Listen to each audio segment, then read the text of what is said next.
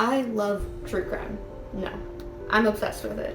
Whether you've seen 2020 in passing or have binge-watched every unsolved episode on Netflix, you know what I'm talking about. There is no denying the popularity of the true crime genre. Why is it that we as consumers love seeing these tragedies happen to real people? Well, let's talk about it.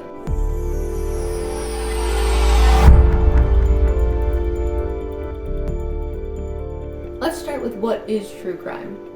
True crime media simply means that it's real. Real people, real story. This media comes in any form that you could want. More recent popularity gave way to YouTube series and podcasts, and more traditionally TV shows and documentaries. One documentary you may know is American Murder: The Family Next Door. American Murder spent several weeks at Netflix's top 10, depicts the story of Shannon Watts and her 3 children and their disappearance. The film uses almost only raw first-hand footage to examine this case. Spoiler alert, it's the husband. This movie shows the perfect nuclear family in the perfect suburban neighborhood, and the horrors that were lying right under their neighbors' noses. Some believe that even though the family was heavily involved in the creation of this movie, that it was still a severe invasion of privacy into the deceased. More than 53 million households viewed this movie within the first month, not including unofficial viewings, if you know what I mean. So where did this all start? There's no denying that true crime media is popular now, but it's honestly nothing new. True crime can be traced back to the 16th century with increases in criminal justice and the development of the printing press. Pamphlets on recent crime were created for upper-level societies to enjoy as a mix of news and entertainment. After that, in the 1800s, detective stories became wildly popular, really cementing crime as its own genre. The name's Sherlock Holmes and the address is 221B Baker Street. After that, what sort of shaped the true crime aspect, the nonfiction aspect, is Truman Capote's book published in 1960 In Cold Blood. This book depicts the killing of the Cutter family in Kansas, and despite its severe inaccuracies, was wildly sensationalized and very popular.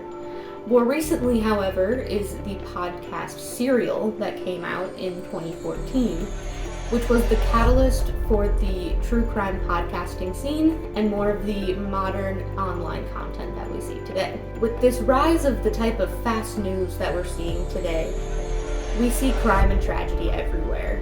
It almost feels natural to want to create it into something entertaining as well. So now that we know what true crime is and where it comes from, let's talk about the why. The simplest answer is that true crime stories just make good stories. Kind of boring, I know? Go with me here. Ignoring the tragedy, a true crime tale always has a protagonist that you can sympathize for and root for, and it always has the bad guy to root against. True crime has this mystery and this feeling of the audience wanting to see if they can figure it out before the authorities in the story can. The idea of a whodunit type story has always been popular, and all these aspects are what creates good mystery media, if we ignore the fact that it's real for a little bit. But let's go a little deeper than that and talk about the real science of human psychology behind why we like true crime. The answer is still pretty simple though. Human curiosity. Not the most scientifically exciting answer, but the most realistic one. We as humans are curious creatures. We want to know how we work, and we want to know how someone could be so different to us. As we all know, humans have a hard time coming to terms with the fact that not everyone thinks the same way. This is just that idea to the extreme. On a deeper level, it has to do with a bit of escapism as well. Watching bad things happen to other people makes us, even subconsciously, feel better that it's not happening to us. Don't worry, that doesn't make you an awful person. Part of the psychology of wanting to know how people work, though, has to do with this want for knowledge, this want to know what would I have done different, or how do I spot a dangerous situation. Kind of an example of this is the fact that it's well known that women make up a significant portion of true crime viewers. Part of that has to do with the demographics of the stories told in terms of the offenders and the victims. Women want to know how to avoid those situations, what to do in those situations, and how to spot somebody dangerous, or how to spot when a situation may become dangerous. However, this knowledge that we seek so desperately can be even more dangerous.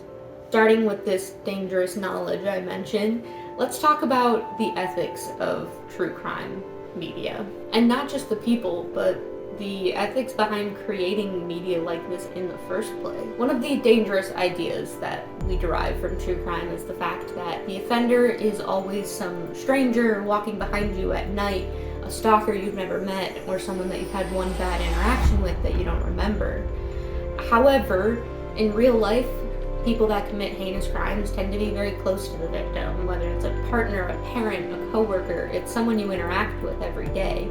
But that's not what people want to hear. They want to hear, that wouldn't happen to me. They want to hear, well, if I don't walk at night, I'll be fine. And true crime, while entertaining and scary in the long run, people who create true crime don't want their viewers to be terrified of living their lives after watching one episode. Also, as most of us are aware, these stories are mostly dramatizations of the original. I mean, they do have to make it more interesting than just a police report.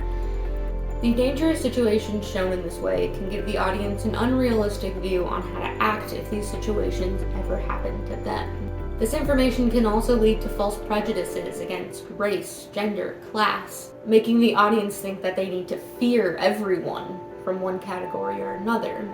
So even if you feel you're immune to this misinformation and are smarter than that, let's talk about the other dangers and controversies surrounding the true crime genre.